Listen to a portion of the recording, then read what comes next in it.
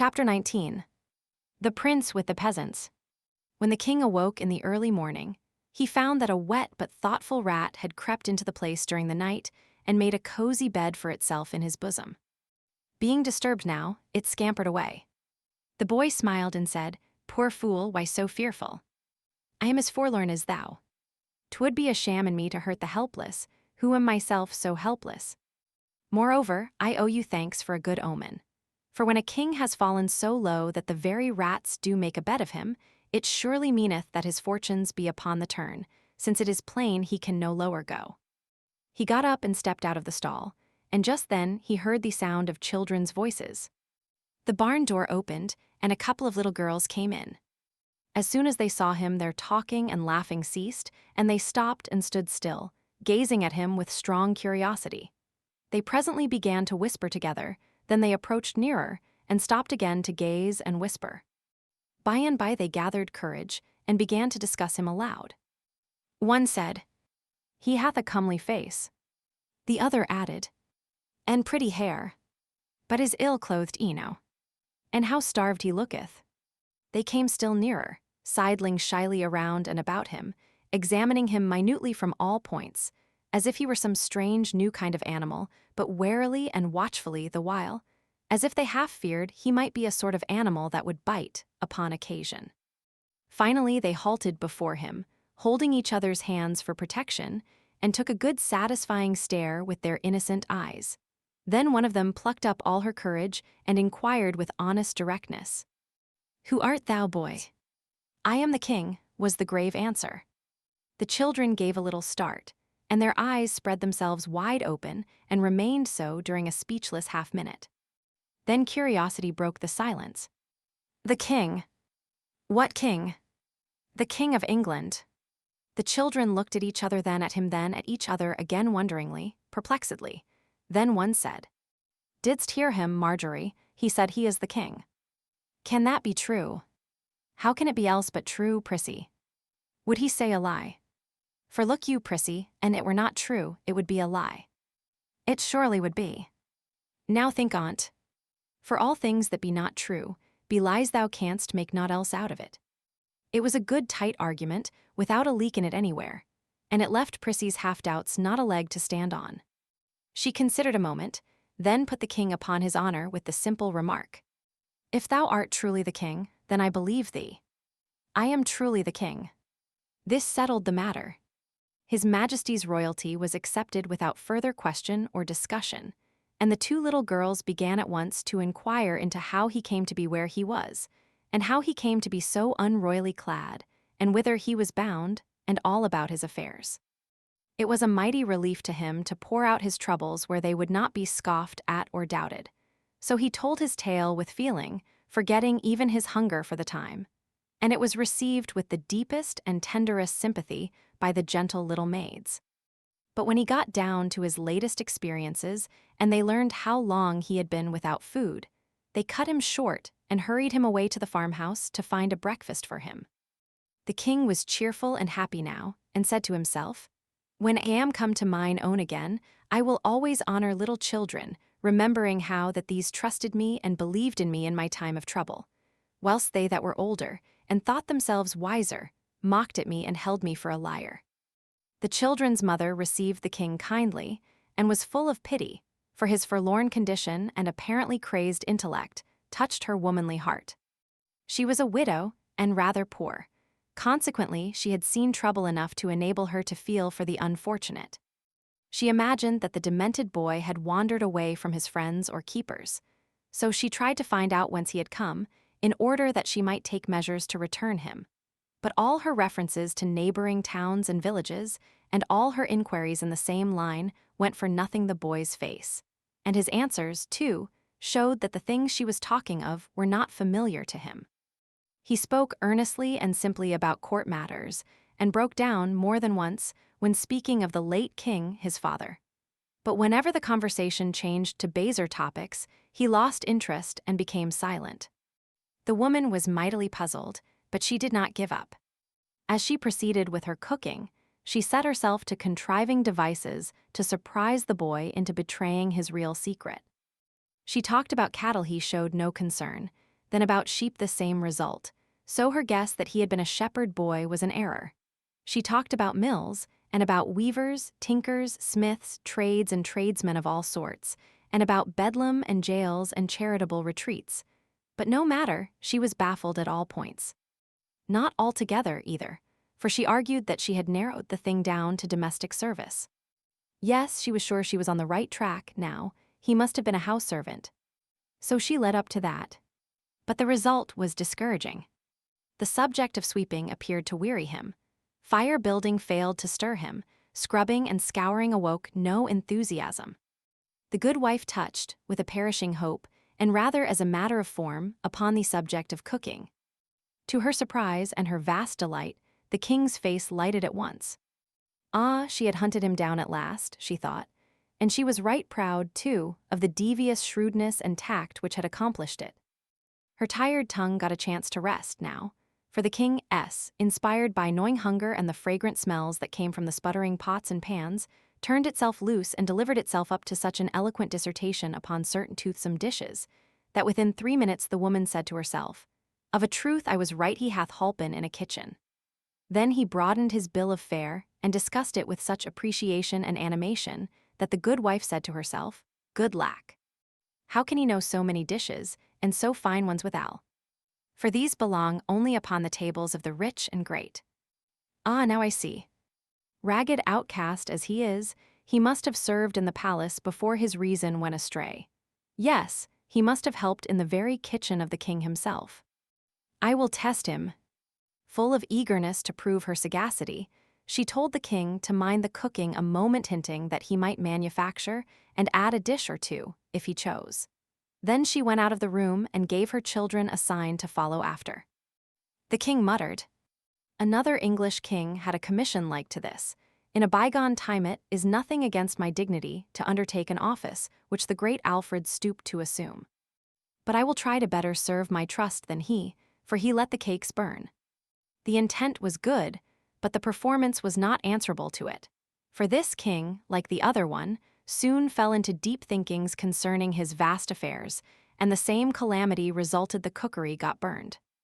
The woman returned in time to save the breakfast from entire destruction, and she promptly brought the king out of his dreams with a brisk and cordial tongue-lashing.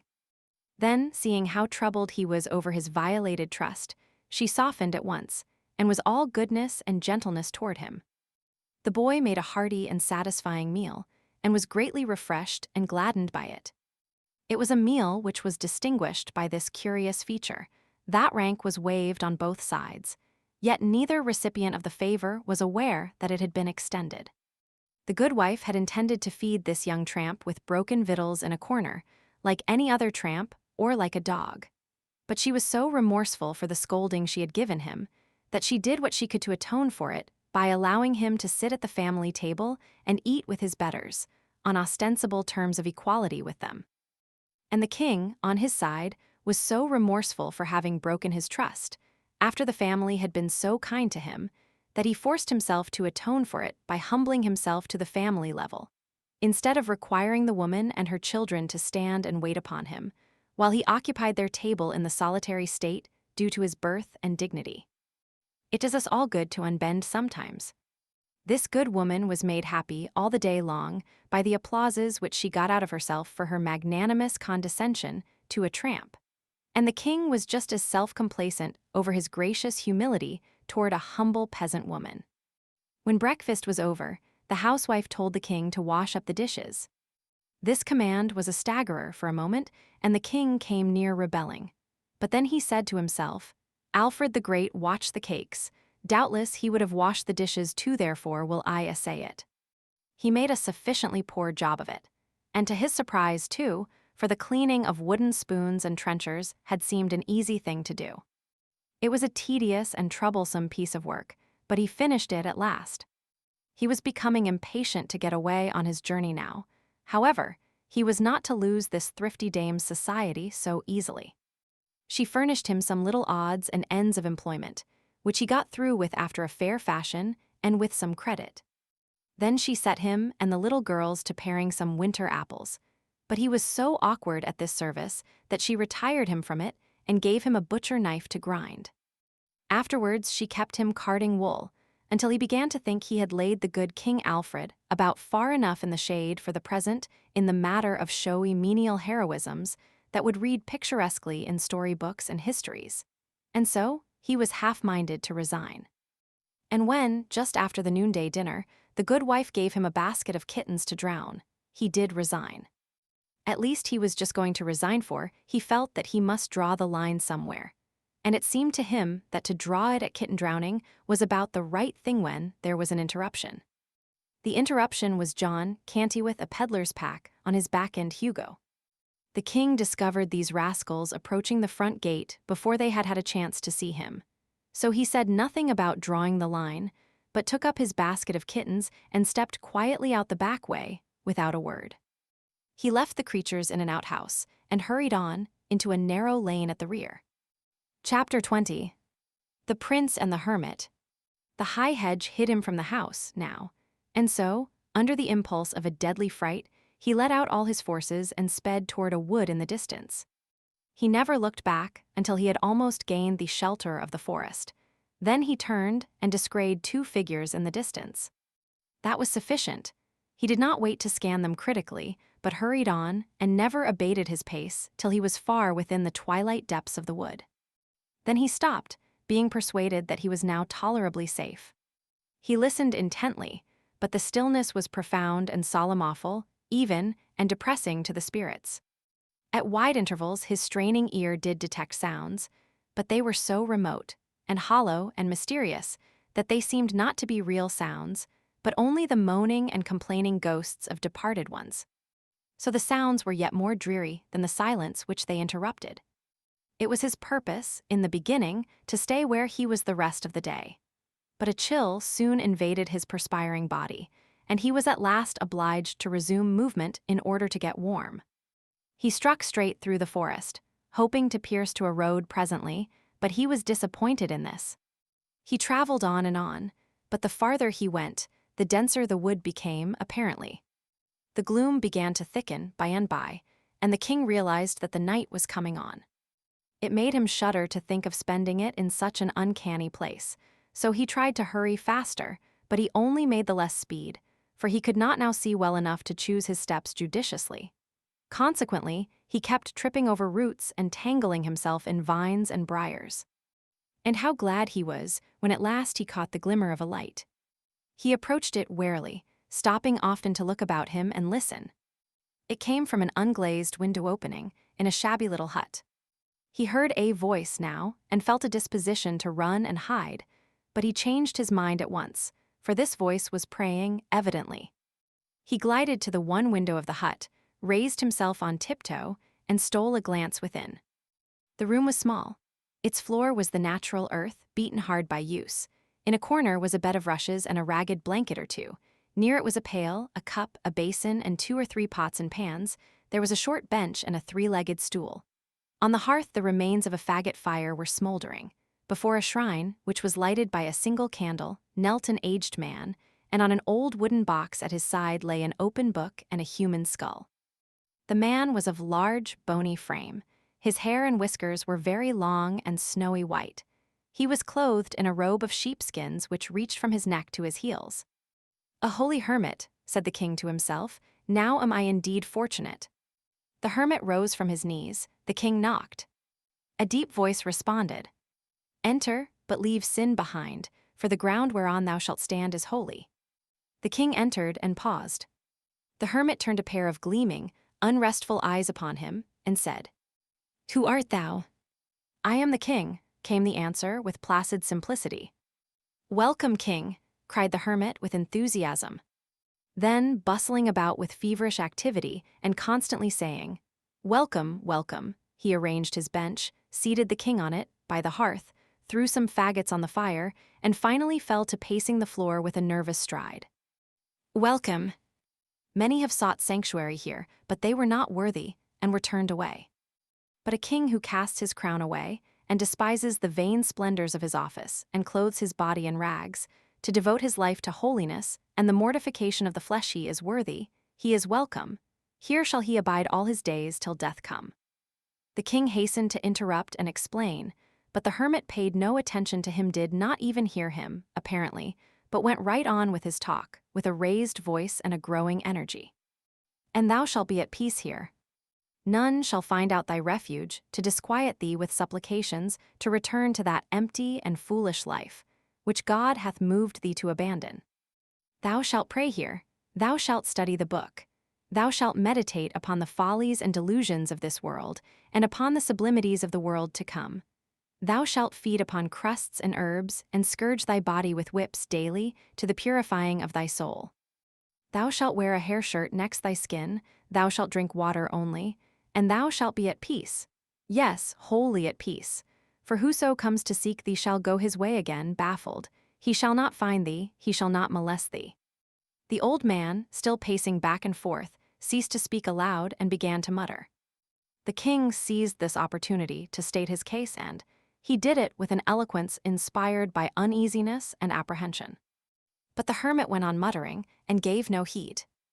And still muttering, he approached the king and said impressively, "Sh, I will tell you a secret." He bent down to impart it but checked himself and assumed a listening attitude. After a moment or two, he went on tiptoe to the window opening, put his head out, and peered around in the gloaming, then came tiptoeing back again, put his face close down to the king's, and whispered, "I am an archangel." The king started violently and said to himself, "Would God I were with the outlaws again, for lo, now am I the prisoner of a madman." His apprehensions were heightened, and they showed plainly in his face. In a low, excited voice, the hermit continued, "I see you feel my atmosphere. There's awe in your face. None may be in this atmosphere and not be thus affected, for it is the very atmosphere of heaven. I go thither and return, in the twinkling of an eye. I was made an archangel on this very spot. It is 5 years ago, by angels sent from heaven to confer that awful dignity.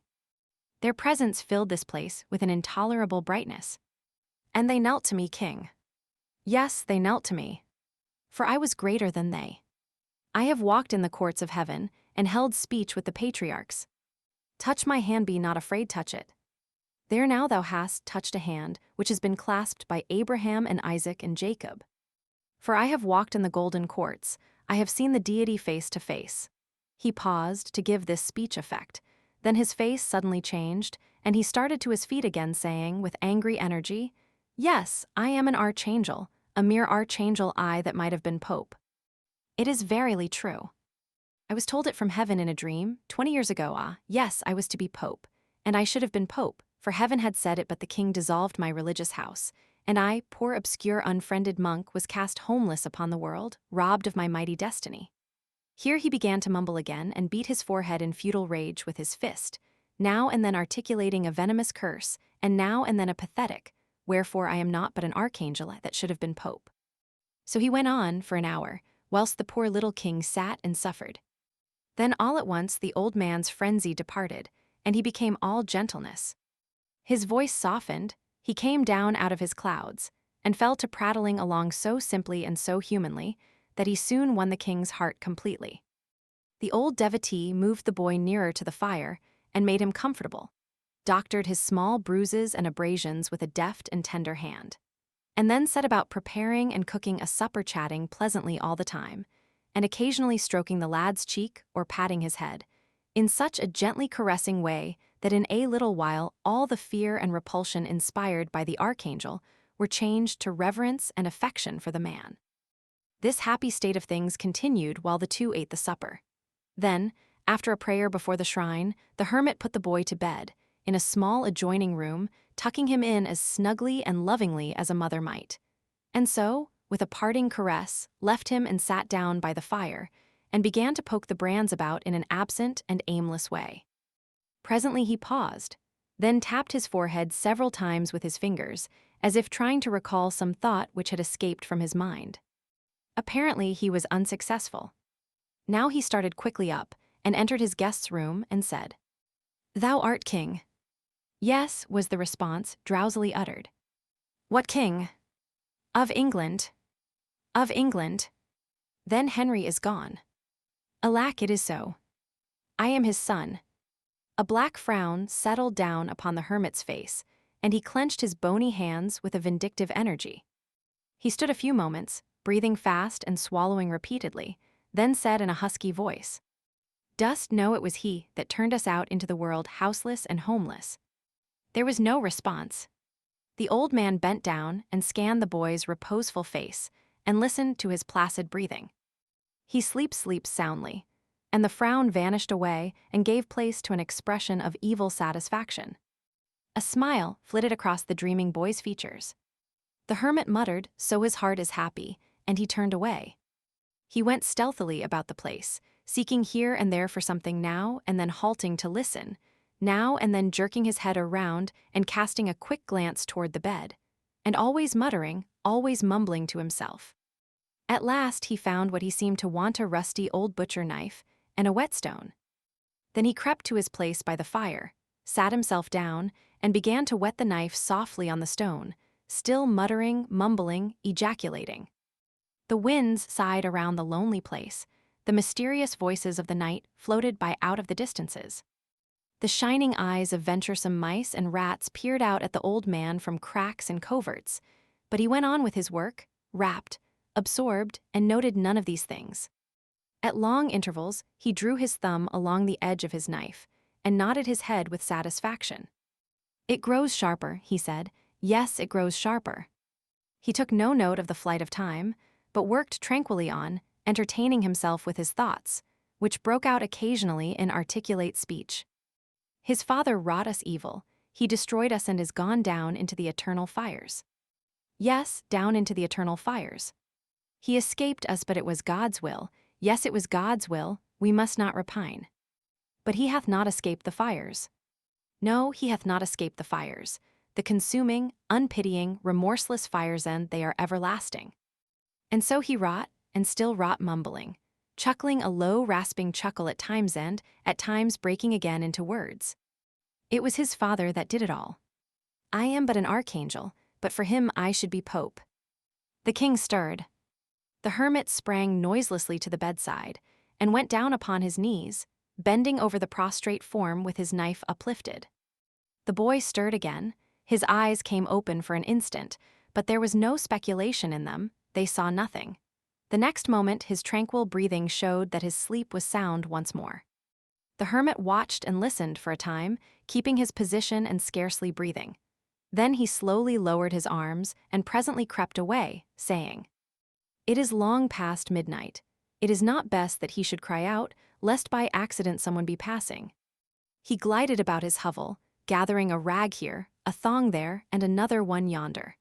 Then he returned, and by careful and gentle handling he managed to tie the king's ankles together without waking him. Next he essayed to tie the wrists. He made several attempts to cross them, but the boy always drew one hand or the other away, just as the cord was ready to be applied. But at last, when the archangel was almost ready to despair, the boy crossed his hands himself, and the next moment they were bound. Now a bandage was passed under the sleeper's chin and brought up over his head and tied fast, and so softly, so gradually, and so deftly were the knots drawn together and compacted, that the boy slept peacefully through it, all without stirring. Chapter 21. Hendon to the rescue. The old man glided away, stooping, stealthy, cat-like, and brought the low bench. He seated himself upon it, half his body in the dim and flickering light, and the other half in shadow. And so, with his craving eyes bent upon the slumbering boy, he kept his patient vigil there, heedless of the drift of time, and softly whetted his knife, and mumbled and chuckled. And in aspect and attitude, he resembled nothing so much as a grisly, monstrous spider, gloating over some hapless insect that lay bound and helpless in his web. After a long while, the old man, who was still gazing yet not seeing, his mind having settled into a dreamy abstraction, observed, on a sudden, that the boy's eyes were open. Wide open and staring up in frozen horror at the knife. The smile of a gratified devil crept over the old man's face, and he said, without changing his attitude or his occupation, "Son of Henry VIII, hast thou prayed?" The boy struggled helplessly in his bonds, and at the same time forced a smothered sound through his closed jaws, which the hermit chose to interpret as an affirmative answer to his question. "Then pray again. Pray the prayer for the dying." A shudder shook the boy's frame, and his face blenched. Then he struggled again to free himself, turning and twisting himself this way and that, tugging frantically, fiercely, desperately but uselessly to burst his fetters. And all the while the old ogre smiled down upon him and nodded his head and placidly whetted his knife, mumbling from time to time, "The moments are precious, they are few, and precious pray the prayer for the dying." The boy uttered a despairing groan and ceased from his struggles, panting. The tears came then and trickled, one after the other, down his face. But this piteous sight wrought no softening effect upon the savage old man. The dawn was coming now. The hermit observed it and spoke up sharply, with a touch of nervous apprehension in his voice. "I may not indulge this ecstasy longer. The night is already gone. It seems but a moment, only a moment. Would it had endured a year. Seed of the church's spoiler, close thy perishing eyes, and thou fearest to look upon." The rest was lost in inarticulate mutterings. The old man sank upon his knees, his knife in his hand, and bent himself over the moaning boy. "Hark!" There was a sound of voices near the cabin. The knife dropped from the hermit's hand. He cast a sheepskin over the boy and started up trembling. The sounds increased, and presently the voices became rough and angry, then came blows and cries for help, then a clatter of swift footsteps retreating. Immediately came a succession of thundering knocks upon the cabin door, followed by, "Hallo! Open! And dispatch, in the name of all the devils." Oh, this was the blessedest sound that had ever made music in the king's ears, for it was Miles Hendon's voice.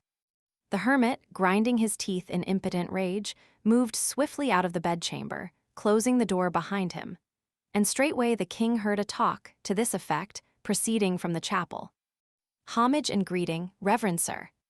"Where is the boy, my boy?" "What boy, friend?" "What boy?" "Lie me no lies, sir priest, play me no deceptions. I am not in the humor for it. Near to this place I caught the scoundrels who, I judged, did steal him from me, and I made them confess. They said he was at large again, and they had tracked him to your door. They showed me his very footprints. Now palter no more, for look you, holy sir, and thou produce him not. Where is the boy?" "Oh, good sir, peradventure you mean the ragged regal vagrant that tarried here the night. If such as you take an interest in such as he, know then, that I have sent him of an errand. He will be back anon." "How soon?" "How soon? Come, waste not the time, cannot I overtake him?" "How soon will he be back?" "Thou needst not stir, he will return quickly." "So be it then. I will try to wait. But stop, you sent him of an errand, you?" "Verily this is a lie, he would not go. He would pull thy old beard, and thou didst offer him such an insolence. Thou hast lied, friend, thou hast surely lied. He would not go for thee, nor for any man. For any man, no, haply not. But I am not a man." "What? Now, O God's name, what art thou then?" "It is a secret, Mark, thou reveal it not." "I am an archangel." There was a tremendous ejaculation from Miles Hendon, not altogether unprofane, followed by, "This doth well and truly account for his complaisance. Right well I knew he would budge nor hand nor foot in the menial service of any mortal. But Lord, even a king must obey when an archangel gives the word o command. Let me sh. What noise was that?" All this while the little king had been yonder, alternately quaking with terror and trembling with hope. And all the while, too, he had thrown all the strength he could into his anguished moanings, constantly expecting them to reach Hendon's ear, but always realizing, with bitterness, that they failed, or at least made no impression. So this last remark of his servant came as comes a reviving breath from fresh fields to the dying, and he exerted himself once more, and with all his energy, just as the hermit was saying, "Noise! I heard only the wind. Mayhap it was. Yes, doubtless that was it. I have been hearing it faintly all the there it is again. It is not the wind. What an odd sound. Come, we will hunt it out." Now the king's joy was nearly insupportable. His tired lungs did their utmost and, hopefully, too, but the sealed jaws and the muffling sheepskins sadly crippled the effort. Then the poor fellow's heart sank to hear the hermit say, "Ah, it came from without, I think, from the copse yonder. Come, I will lead the way."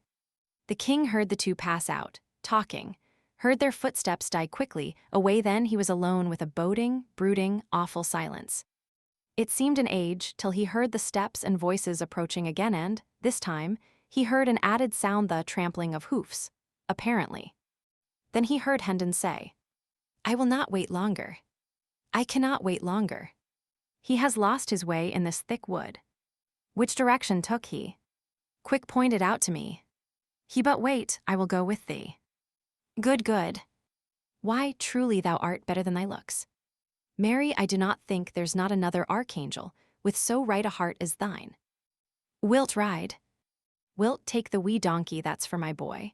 Or wilt thou fork thy holy legs over this ill-conditioned slave of a mule that I have provided for myself, and had been cheated in too, had he cost but the indifferent sum of a month's usury on a brass farthing let to a tinker out of work? No, ride thy mule and lead thine ass. I am surer on mine own feet and will walk. Then prithee mind the little beast for me, while I take my life in my hands, and make what success I may toward mounting the big one." Then followed a confusion of kicks, cuffs, tramplings, and plungings, accompanied by a thunderous intermingling of volleyed curses, and finally a bitter apostrophe to the mule, which must have broken its spirit, for hostilities seemed to cease from that moment. With unutterable misery, the fettered little king heard the voices and footsteps fade away and die out. All hope forsook him, now, for the moment, and a dull despair settled down upon his heart. "My only friend is deceived and got rid of," he said. "The hermit will return," and he finished with a gasp, and at once fell to struggling so frantically with his bonds again that he shook off the smothering sheepskin. And now he heard the door open. The sound chilled him to the marrow already. He seemed to feel the knife at his throat.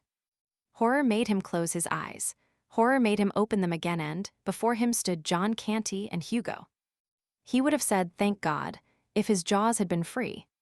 A moment or two later his limbs were at liberty, and his captors, each gripping him by an arm, were hurrying him with all speed through the forest. Chapter 22.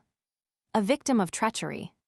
Once more, King Fufu I was roving with the tramps and outlaws, a butt for their coarse jests and dull-witted railleries, and sometimes the victim of small spitefulness at the hands of Canty and Hugo when the ruffler's back was turned. None but Canty and Hugo really disliked him. Some of the others liked him, and all admired his pluck and spirit. During 2 or 3 days, Hugo, in whose ward and charge the king was, did what he covertly could to make the boy uncomfortable. And at night, during the customary orgies, he amused the company by putting small indignities upon him always as if by accident. Twice he stepped upon the king's toes accidentally, and the king, as became his royalty, was contemptuously unconscious of it and indifferent to it. But the third time Hugo entertained himself in that way, the king felled him to the ground with a cudgel, to the prodigious delight of the tribe. Hugo, consumed with anger and shame, sprang up, seized a cudgel, and came at his small adversary in a fury. Instantly, a ring was formed around the gladiators, and the betting and cheering began. But poor Hugo stood no chance whatever. His frantic and lubberly prentice work found but a poor market for itself when pitted against an arm which had been trained by the first masters of Europe in single stick, quarterstaff, and every art and trick of swordsmanship. The little king stood, alert but at graceful ease, and caught and turned aside the thick rain of blows with a facility and precision which set the motley onlookers wild with admiration. And every now and then, when his practiced eye detected an opening, and a lightning-swift rap upon Hugo's head followed as a result, the storm of cheers and laughter that swept the place was something wonderful to hear. At the end of 15 minutes, Hugo, all battered, bruised, and the target for a pitiless bombardment of ridicule, slunk from the field, and the unscathed hero of the fight was seized and borne aloft upon the shoulders of the joyous rabble to the place of honor beside the ruffler, where with vast ceremony he was crowned king of the gamecocks, his meaner title being at the same time solemnly cancelled and annulled, and a decree of banishment from the gang pronounced against any who should thenceforth utter it. All attempts to make the king serviceable to the troop had failed. He had stubbornly refused to act. Moreover, he was always trying to escape. He had been thrust into an unwatched kitchen the first day of his return. He not only came forth empty-handed, but tried to rouse the housemates. He was sent out with a tinker to help him at his work. He would not work. Moreover, he threatened the tinker with his own soldering iron. And finally, both Hugo and the tinker found their hands full with the mere matter of keeping his from getting away. He delivered the thunders of his royalty upon the heads of all who hampered his liberties or tried to force him to service. He was sent out, in Hugo's charge, in company with a slatternly woman and a diseased baby, to beg. But the result was not encouraging. He declined to plead for the mendicants or be a party to their cause in any way. Thus several days went by, and the miseries of this tramping life, and the weariness and sordidness and meanness and vulgarity of it, became gradually and steadily so intolerable to the captive that he began at last to feel that his release from the hermit's knife must prove only a temporary respite from death, at best. But at night, in his dreams, these things were forgot, and he was on his throne and master again. This, of course, intensified the sufferings of the awakening, so the mortifications of each succeeding morning of the few that passed between his return to bondage and the combat with Hugo grew bitterer and bitterer, and harder to bear. The morning after that combat, Hugo got up with a heart filled with vengeful purposes against the king. He had two plans, in particular. One was to inflict upon the lad what would be, to his proud spirit and imagined royalty, a peculiar humiliation. And if he failed to accomplish this, his other plan was to put a crime of some kind upon the king, and then betray him into the implacable clutches of the law. In pursuance of the first plan, he purposed to put a clime upon the king's leg, rightly judging that that would mortify him to the last and perfect degree.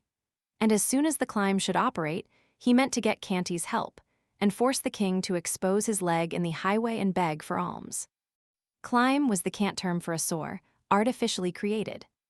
To make a clime, the operator made a paste or poultice of unslaked lime, soap, and the rust of old iron, and spread it upon a piece of leather, which was then bound tightly upon the leg. This would presently fret off the skin and make the flesh raw and angry-looking. Blood was then rubbed upon the limb, which, being fully dried, took on a dark and repulsive color. Then a bandage of soiled rags was put on in a cleverly careless way, which would allow the hideous ulcer to be seen and move the compassion of the passerby. 8. Hugo got the help of the tinker whom the king had cowed with the soldering iron. They took the boy out on a tinkering tramp, and as soon as they were out of sight of the camp, they threw him down, and the tinker held him while Hugo bound the poultice tight and fast upon his leg. The king raged and stormed, and promised to hang the two the moment the scepter was in his hand again. But they kept a firm grip upon him and enjoyed his impotent struggling and jeered at his threats. This continued until the poultice began to bite, and in no long time its work would have been perfected if there had been no interruption. But there was, for about this time the slave who had made the speech denouncing England's laws appeared on the scene and put an end to the enterprise, and stripped off the poultice and bandage. The king wanted to borrow his deliverer's cudgel and warm the jackets of the two rascals on the spot. But the man said no, it would bring trouble, leave the matter till night, the whole tribe being together. Then, the outside world would not venture to interfere or interrupt. He marched the party back to camp and reported the affair to the ruffler, who listened, pondered, and then decided that the king should not be again detailed to beg, since it was plain he was worthy of something higher and better. Wherefore, on the spot he promoted him from the mendicant rank and appointed him to steal. Hugo was overjoyed. He had already tried to make the king steal, and failed, but there would be no more trouble of that sort now, for of course the king would not dream of defying a distinct command delivered directly from headquarters. So he planned a raid for that very afternoon, purposing to get the king in the law's grip in the course of it, and to do it, too, with such ingenious strategy that it should seem to be accidental and unintentional. For the king of the Gamecocks was popular now, and the gang might not deal over gently with an unpopular member who played so serious a treachery upon him as the delivering him over to the common enemy, the law. Very well. All in good time, Hugo strolled off to a neighboring village with his prey, and the two drifted slowly up and down one street after another. the one watching sharply for a sure chance to achieve his evil purpose, and the other watching as sharply for a chance to dart away and get free of his infamous captivity forever. Both threw away some tolerably fair-looking opportunities, for both, in their secret hearts, were resolved to make absolutely sure work this time, and neither meant to allow his fevered desires to seduce him into any venture that had much uncertainty about it. Hugo's chance came first. For at last, a woman approached who carried a fat package of some sort in a basket. Hugo's eyes sparkled with sinful pleasure as he said to himself, "Breath o' my life, and I can but put that upon him. Tease good den and God keep thee, king of the gamecocks." He waited and watched outwardly patient, but inwardly consuming with excitement till the woman had passed by, and the time was ripe, then said in a low voice, "Tarry here till I come again," and darted stealthily after the prey. The king's heart was filled with joy he could make his escape, now, if Hugo's quest only carried him far enough away. But he was to have no such luck. Hugo crept behind the woman, snatched the package, and came running back, wrapping it in an old piece of blanket which he carried on his arm. The hue and cry was raised in a moment by the woman, who knew her loss by the lightening of her burden, although she had not seen the pilfering done. Hugo thrust the bundle into the king's hands without halting, saying, "Now speed ye after me with the rest, and cry, 'Stop thief,' but mind ye lead them astray." The next moment, Hugo turned a corner and darted down a crooked alley, and in another moment or two, he lounged into view again, looking innocent and indifferent, and took up a position behind a post to watch results. The insulted king threw the bundle on the ground, and the blanket fell away from it just as the woman arrived, with an augmenting crowd at her heels. She seized the king's wrist with one hand, snatched up her bundle with the other, and began to pour out a tirade of abuse upon the boy while he struggled, without success, to free himself from her grip. Hugo had seen enough his enemy was captured, and the law would get him. Now so he slipped away, jubilant and chuckling, and wended campwards, framing a judicious version of the matter to give to the ruffler's crew as he strode along. The king continued to struggle in the woman's strong grasp, and now and then cried out in vexation, "Unhand me, thou foolish creature. It was not I that bereaved thee of thy paltry goods." The crowd closed around, threatening the king and calling him names. A brawny blacksmith in leather apron and sleeves rolled to his elbows made a reach for him, saying he would trounce him well for a lesson. But just then a long sword flashed in the air and fell with convincing force upon the man's arm, flat side down, the fantastic owner of it remarking pleasantly at the same time, "Marry, good souls, let us proceed gently, not with ill blood and uncharitable words. This is matter for the law's consideration, not private and unofficial handling. Loose thy hold from the boy, good wife." The blacksmith averaged the stalwart soldier with a glance, then went muttering away, rubbing his arm. The woman released the boy's wrist reluctantly. The crowd eyed the stranger unlovingly, but prudently closed their mouths. The king sprang to his deliverer's side, with flushed cheeks and sparkling eyes, exclaiming, "Thou hast lagged sorely, but thou comest in good season now, Sir Miles. Carve me this rabble to rags." Chapter 23. The Prince a Prisoner. Hendon forced back a smile, and bent down and whispered in the king's ear, "Softly, softly, my prince, wag thy tongue warily, nay, suffer it not to wag at all. Trust in me, all shall go well in the end."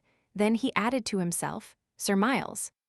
Bless me, I had totally forgot I was a knight. Lord, how marvelous a thing it is, the grip his memory doth take upon his quaint and crazy fancies. An empty and foolish title is mine, and yet it is something to have deserved it. For I think it is more honor to be held worthy to be a spectre knight in his kingdom of dreams and shadows, than to be held base enough to be an earl in some of the real kingdoms of this world." The crowd fell apart to admit a constable, who approached and was about to lay his hand upon the king's shoulder, when Hendon said, "Gently, good friend, withhold your hand, he shall go peaceably. I am responsible for that. Lead on, we will follow." The officer led, with the woman and her bundle. Miles and the king followed after, with the crowd at their heels. The king was inclined to rebel, but Hendon said to him in a low voice, "Reflect, sire, your laws are the wholesome breath of your own royalty. Shall their source resist them, yet require the branches to respect them? Apparently, one of these laws has been broken. When the king is on his throne again, can it ever grieve him to remember that, when he was seemingly a private person, he loyally sank the king and the citizen and submitted to its authority? Thou art right, say no more. Thou shalt see that whatsoever the King of England requires a subject to suffer, under the law he will himself suffer while he holdeth the station of a subject. When the woman was called upon to testify before the justice of the peace, she swore that the small prisoner at the bar was the person who had committed the theft. There was none able to show the contrary, so the king stood convicted. The bundle was now unrolled, and when the contents proved to be a plump little dressed pig, the judge looked troubled, whilst Hendon turned pale, and his body was thrilled with an electric shiver of dismay. But the king remained unmoved, protected by his ignorance. The judge meditated during an ominous pause, then turned to the woman with the question, "What dost thou hold this property to be worth?" The woman courtesied and replied, 3 shillings and 8 pence. Your worship, I could not abate a penny, and set forth the value honestly. The justice glanced around uncomfortably upon the crowd, then nodded to the constable and said, "Clear the court and close the doors." It was done. None remained but the 2 officials, the accused, the accuser, and Miles Hendon. This latter was rigid and colorless, and on his forehead big drops of cold sweat gathered, broke and blended together, and trickled down his face.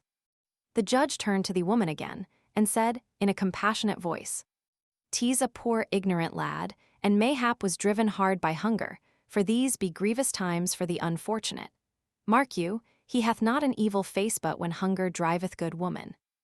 Dost know that, when one steals a thing above the value of 13 pence halfpenny, the law saith he shall hang for it?" The little king started, wide-eyed with consternation, but controlled himself and held his peace. But not so the woman. She sprang to her feet, shaking with fright, and cried out, "Oh, good lack, what have I done? God a mercy, I would not hang the poor thing for the whole world. Ah, save me from this, your worship, what shall I do, what can I do?" The justice maintained his judicial composure, and simply said, "Doubtless it is allowable to revise the value, since it is not yet writ upon the record. Then in God's name call the pig 8 pence, and heaven bless the day that freed my conscience of this awesome thing." Miles Hendon forgot all decorum in his delight, and surprised the king and wounded his dignity by throwing his arms around him and hugging him. The woman made her grateful adieus and started away with her pig, and when the constable opened the door for her, he followed her out into the narrow hall. The justice proceeded to write in his record book. Hendon, always alert, thought he would like to know why the officer followed the woman out, so he slipped softly into the dusky hall and listened. He heard a conversation to this effect: "It is a fat pig and promises good eating. I will buy it of thee. Here is the 8 pence. 8 pence indeed. Thou'lt do no such thing. It cost me 3 shillings and 8 pence. Good honest coin of the last reign, that old Harry that's just dead ne'er touched or tampered with. A fig for thy 8 pence. Stands the wind in that quarter? Thou wast under oath, and so swore falsely when thou saidst the value was but 8 pence. Come straightway back with me before his worship, and answer for the crime, and then the lad will hang. There, there, dear heart, say no more, I am content. Give me the 8 pence, and hold thy peace about the matter." The woman went off crying. Hendon slipped back into the courtroom, and the constable presently followed, after hiding his prize in some convenient place. The justice wrote a while longer, then read the king a wise and kindly lecture, and sentenced him to a short imprisonment in the common jail, to be followed by a public flogging. The astounded king opened his mouth, and was probably going to order the good judge to be beheaded on the spot. But he caught a warning sign from Hendon, and succeeded in closing his mouth again before he lost anything out of it. Hendon took him by the hand, now, made reverence to the justice, and the two departed in the wake of the constable toward the jail. The moment the street was reached, the inflamed monarch halted, snatched away his hand, and exclaimed, "Idiot, dost imagine I will enter a common jail alive?" Hendon bent down and said, somewhat sharply, "Will you trust in me? Peace, and forbear to worsen our chances with dangerous speech. What God wills will happen, thou canst not hurry it, thou canst not alter it, therefore wait, and be patient will be time eno to rail or rejoice when what is to happen has happened. 1. Chapter 24. The Escape. The short winter day was nearly ended. The streets were deserted, save for a few random stragglers, and these hurried straight along, with the intent look of people who were only anxious to accomplish their errands as quickly as possible, and then snugly housed themselves from the rising wind and the gathering twilight. They looked neither to the right nor to the left. They paid no attention to our party. They did not even seem to see them. Edward VI wondered if the spectacle of a king on his way to jail had ever encountered such marvelous indifference before. By and by the constable arrived at a deserted market square and proceeded to cross it. When he had reached the middle of it, Hendon laid his hand upon his arm and said in a low voice, "Bide a moment, good sir, there is none in hearing, and I would say a word to thee." "My duty forbids it, sir. Prithee hinder me not, the night comes on." "Stay, nevertheless, for the matter concerns thee nearly. Turn thy back a moment, and seem not to see. Let this poor lad escape." "This to me, sir." "I arrest thee in." "Nay, be not too hasty. See thou be careful, and commit no foolish error." Then he shut his voice down to a whisper, and said in the man's ear, "The pig thou hast purchased for 8 pence may cost thee thy neck, man." The poor constable, taken by surprise, was speechless, at first, then found his tongue and fell to blustering and threatening. But Hendon was tranquil, and waited with patience till his breath was spent, then said, "I have a liking to thee, friend, and would not willingly see thee come to harm. Observe, I heard it all every word. I will prove it to thee."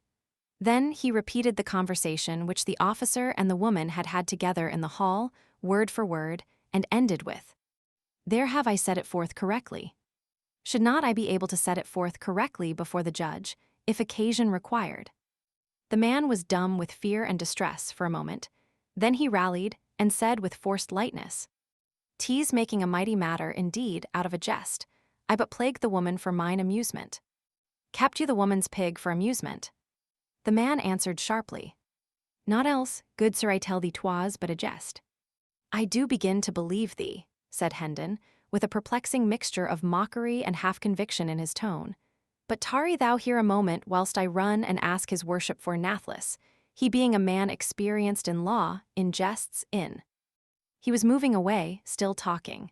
The constable hesitated, fidgeted, spat out an oath or two, then cried out, "Hold, hold, good sir, prithee wait a little the judge.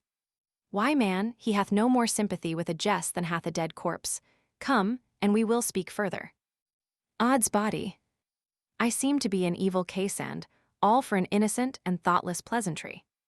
I am a man of family, and my wife and little ones list to reason, good your worship. What wouldst thou of me? Only that thou be blind and dumb and paralytic, whilst one may count 100,000 counting slowly, said Hendon, with the expression of a man who asks but a reasonable favor, and that a very little one. "It is my destruction," said the constable despairingly. "Ah, be reasonable, good sir. Only look at this matter, on all its sides, and see how mere a jest it is, how manifestly and how plainly it is so. And even if one granted it were not a jest, it is a fault so small that the grimmest penalty it could call forth would be but a rebuke and warning from the judge's lips." Hendon replied with a solemnity which chilled the air about him. "This jest of thine hath a name, in law wot you what it is?" "I knew it not. Peradventure, I have been unwise. I never dreamed it had a name. Ah, sweet heaven, I thought it was original." "Yes, it hath a name. In the law this crime is called non compos mentis, lex talionis sic transit gloria mundi." "Ah, my God.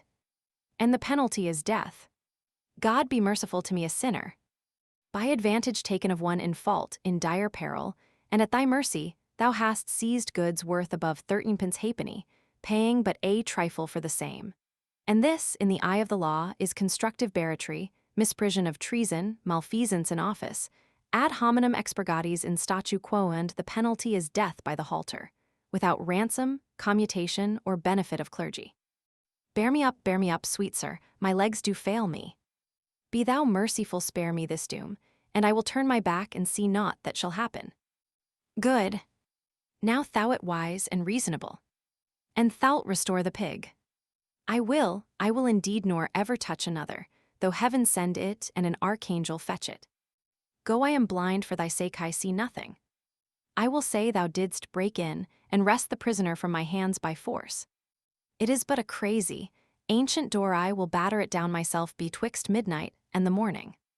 Do it, good soul, no harm will come of it. The judge hath a loving charity for this poor lad, and will shed no tears and break no jailer's bones for his escape. Chapter 25. Hendon Hall. As soon as Hendon and the king were out of sight of the constable, his majesty was instructed to hurry to a certain place outside the town, and wait there, whilst Hendon should go to the inn and settle his account. Half an hour later, the two friends were blithely jogging eastward on Hendon's sorry steeds. The king was warm and comfortable now, for he had cast his rags and clothed himself in the second-hand suit which Hendon had bought on London Bridge. Hendon wished to guard against overfatiguing the boy. He judged that hard journeys, irregular meals, and liberal measures of sleep would be bad for his crazed mind, whilst rest, regularity, and moderate exercise would be pretty sure to hasten its cure. He longed to see the stricken intellect made well again, and its diseased visions driven out of the tormented little head. Therefore he resolved to move by easy stages toward the home whence he had so long been banished, instead of obeying the impulse of his impatience and hurrying along night and day. When he and the king had journeyed about 10 miles, they reached a considerable village and halted there for the night at a good inn. The former relations were resumed. Hendon stood behind the king's chair while he dined and waited upon him, undressed him when he was ready for bed, then took the floor for his own quarters and slept athwart the door, rolled up in a blanket. The next day, and the day after, they jogged lazily along, talking over the adventures they had met since their separation, and mightily enjoying each other's narratives. Hendon detailed all his wide wanderings in search of the king, and described how the archangel had led him a fool's journey all over the forest, and taken him back to the hut, finally, when he found he could not get rid of him. Then he said the old man went into the bedchamber and came staggering back looking broken-hearted, and saying he had expected to find that the boy had returned and laid down in there to rest, but it was not so. Hendon had waited at the hut all day. Hope of the king's return died out then, and he departed upon the quest again. "An old sanctum sanctorum was truly sorry your highness came not back," said Hendon. "I saw it in his face."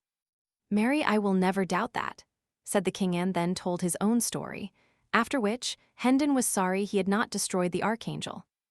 During the last day of the trip, Hendon's spirits were soaring. His tongue ran constantly. He talked about his old father and his brother Arthur, and told of many things which illustrated their high and generous characters. He went into loving frenzies over his Edith, and was so glad-hearted that he was even able to say some gentle and brotherly things about Hugh.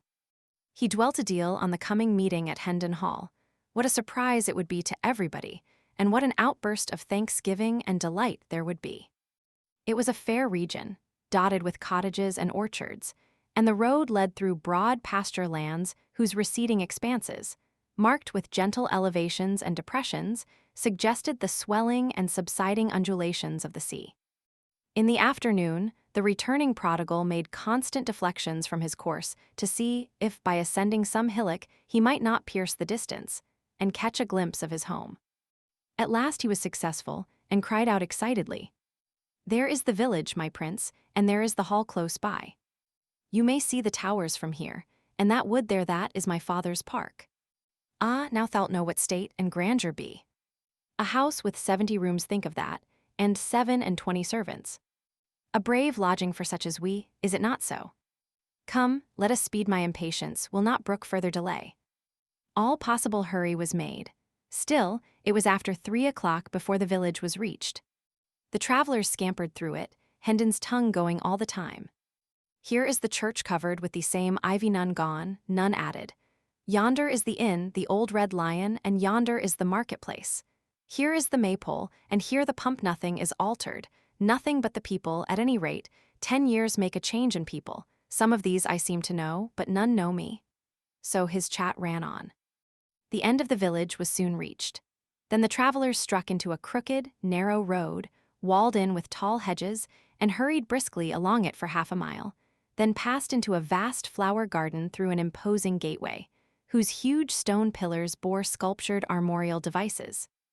A noble mansion was before them. "Welcome to Hendon Hall, my king," exclaimed Miles. "Ah, 'tis a great day. My father and my brother, and the Lady Edith will be so mad with joy that they will have eyes and tongue for none but me in the first transports of the meeting, and so thou'lt seem but coldly welcomed, but mind it not. 'Twill soon seem otherwise. For when I say thou art my ward, and tell them how costly is my love for thee, thou'lt see them take thee to their breasts for Miles Hendon's sake, and make their house and hearts thy home for ever after." The next moment Hendon sprang to the ground before the great door, helped the king down, then took him by the hand and rushed within. A few steps brought him to a spacious apartment. He entered, seated the king with more hurry than ceremony, then ran toward a young man who sat at a writing table in front of a generous fire of logs. "Embrace me, Hugh," he cried, "and say thou'rt glad I am come again. And call our father, for home is not home till I shall touch his hand and see his face and hear his voice once more." But Hugh only drew back, after betraying a momentary surprise, and bent a grave stare upon the intruder, a stare which indicated somewhat of offended dignity. At first, then changed, in response to some inward thought or purpose, to an expression of marveling curiosity, mixed with a real or assumed compassion. Presently he said, in a mild voice, "Thy wit seem touched, poor stranger. Doubtless thou hast suffered privations and rude buffetings at the world's hands. Thy looks and dress betoken it. Whom dost thou take me to be?" "Take thee." "Prithee, for whom else than whom thou art?" "I take thee to be Hugh Hendon," said Miles sharply. The other continued, in the same soft tone, "And whom dost thou imagine thyself to be?" "Imagination hath naught to do with it. Dost thou pretend thou knowest me not for thy brother Miles Hendon?" An expression of pleased surprise flitted across Hugh's face, and he exclaimed, "What? Thou art not jesting. Can the dead come to life? God be praised if it be so. Our poor lost boy restored to our arms, after all these cruel years. Ah, it seems too good to be true. It is too good to be true, I charge thee. Have pity, do not trifle with me. Quick, come to the light, let me scan thee well." He seized Miles by the arm, dragged him to the window, and began to devour him from head to foot with his eyes, turning him this way and that, and stepping briskly around him and about him to prove him from all points of view. Whilst the returned prodigal, all aglow with gladness, smiled, laughed, and kept nodding his head and saying, "Go on, brother, go on, and fear not. Thou'lt find nor limb nor feature that cannot bide the test. Scour and scan me to thy content. My good old Hugh, I am indeed thy old Miles, thy same old Miles, thy lost brother, is't not so? Ah, 'tis a great day, I said 'twas a great day. Give me thy hand, give me thy cheek, Lord, I am like to die of very joy." He was about to throw himself upon his brother, but Hugh put up his hand in dissent, then dropped his chin mournfully upon his breast, saying with emotion, "Ah, God of his mercy, give me strength to bear this grievous disappointment." Miles, amazed, could not speak for a moment. Then he found his tongue and cried out, "What disappointment? Am I not thy brother?" Hugh shook his head sadly and said, "I pray heaven it may prove so, and that other eyes may find the resemblances that are hid from mine.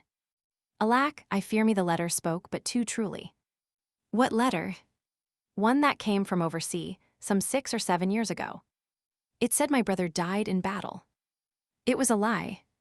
Call thy father, he will know me. One may not call the dead." "Dead?" Miles's voice was subdued, and his lips trembled. "My father dead? Oh, this is heavy news. Half my new joy is withered now. Prithee let me see my brother Arthur, he will know me.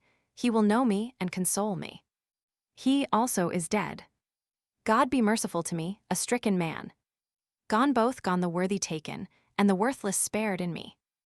Ah, I crave your mercy, do not say the Lady Edith is dead. No, she lives. Then, God be praised, my joy is whole again. Speed thee, brother, let her come to me. And she say I am not myself, but she will not. No, no, she will know me, I were a fool to doubt it. Bring her, bring the old servants, they too will know me. All are gone but 5, Peter, Halsey, David, Bernard, and Margaret. So saying, Hugh left the room. Miles stood musing a while, then began to walk the floor, muttering. The 5 archvillains have survived the 22 leal, and honest 'tis an odd thing. He continued walking back and forth, muttering to himself. He had forgotten the king entirely. By and by his majesty said gravely, and with a touch of genuine compassion, though the words themselves were capable of being interpreted ironically. Mind not thy mischance, good man. There be others in the world whose identity is denied, and whose claims are derided. Thou hast company. Ah, my king, cried Hendon, coloring slightly, do not thou condemn me, wait, and thou shalt see. I am no impostor, she will say it. You shall hear it from the sweetest lips in England. I an impostor. Why, I know this old hall, these pictures of my ancestors, and all these things that are about us, as a child knoweth its own nursery. Here was I born and bred, my lord, I speak the truth, I would not deceive thee, and should none else believe, I pray thee do not thou doubt me, I could not bear it. I do not doubt thee, said the king, with a childlike simplicity and faith. I thank thee out of my heart, exclaimed Hendon with a fervency which showed that he was touched. The king added, with the same gentle simplicity, dost thou doubt me? A guilty confusion seized upon Hendon, and he was grateful that the door opened to admit Hugh at that moment, and saved him the necessity of replying. A beautiful lady, richly clothed, followed Hugh, and after her came several liveried servants. The lady walked slowly, with her head bowed and her eyes fixed upon the floor. The face was unspeakably sad. Miles Hendon sprang forward, crying out, "Oh, my Edith, my darling!" But Hugh waved him back gravely, and said to the lady, "Look upon him. Do you know him?" At the sound of Miles's voice, the woman had started slightly, and her cheeks had flushed. She was trembling now. She stood still during an impressive pause of several moments, then slowly lifted up her head and looked into Hendon's eyes with a stony and frightened gaze. The blood sank out of her face, drop by drop, till nothing remained but the gray pallor of death.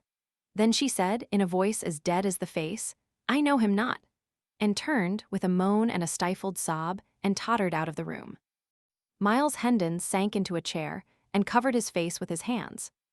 After a pause, his brother said to the servants, "You have observed him. Do you know him?" They shook their heads, then the master said, "The servants know you not, sir. I fear there is some mistake. You have seen that my wife knew you not." "Thy wife!" In an instant Hugh was pinned to the wall, with an iron grip about his throat. "O thou fox-hearted slave, I see it all. Thou'st writ the lying letter thyself, and my stolen bride and goods are its fruit. There now get thee gone, lest I shame mine honorable soldiership with the slaying of so pitiful a mannikin." Hugh, red-faced and almost suffocated, reeled to the nearest chair, and commanded the servants to seize and bind the murderous stranger. They hesitated, and one of them said, "He is armed, Sir Hugh, and we are weaponless." "Armed? What of it, and ye so many?" "Upon him, I say." But Miles warned them to be careful what they did, and added, "Ye know me of old, I have not changed. Come on, and it like you." This reminder did not hearten the servants much. They still held back. "Then go, ye paltry cowards, and arm yourselves and guard the doors, whilst I send one to fetch the watch," said Hugh. He turned at the threshold, and said to Miles, "You'll find it to your advantage to offend not with useless endeavors at escape. Escape? Spare thyself discomfort, and that is all that troubles thee. For Miles Hendon is master of Hendon Hall and all its belongings. He will remain, doubt it not." Chapter 26. Disowned. The king sat musing a few moments, then looked up and said, "'Tis strange, most strange. I cannot account for it. No, it is not strange, my liege. I know him, and this conduct is but natural. He was a rascal from his birth. Oh, I spake not of him, Sir Miles." "Not of him. Then of what? What is it that is strange?" "That the king is not missed." "How? Which? I doubt I do not understand."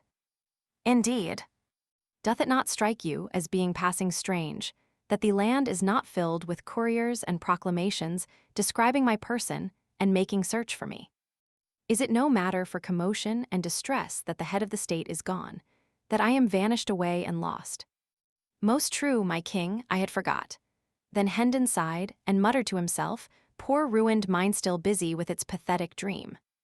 But I have a plan that shall right us both. I will write a paper, in 3 tongues Latin, Greek, and English, and thou shalt haste away with it to London in the morning. Give it to none but my uncle, the Lord Hertford. When he shall see it, he will know and say I wrote it. Then he will send for me. Might it not be best, my prince, that we wait here until I prove myself and make my rights secure to my domains? I should be so much the better able then to. The king interrupted him imperiously. Peace. What are thy paltry domains, thy trivial interests, contrasted with matters which concern the weal of a nation and the integrity of a throne? Then, he added in a gentle voice, as if he were sorry for his severity, obey and have no fear. I will write thee, I will make thee whole, yes, more than whole. I shall remember and requite. So saying, he took the pen and set himself to work. Hendon contemplated him lovingly a while, then said to himself, "An it were dark, I should think it was a king that spoke. There's no denying it, when the humour's upon on him, he doth thunder and lighten like your true king. Now where got he that trick?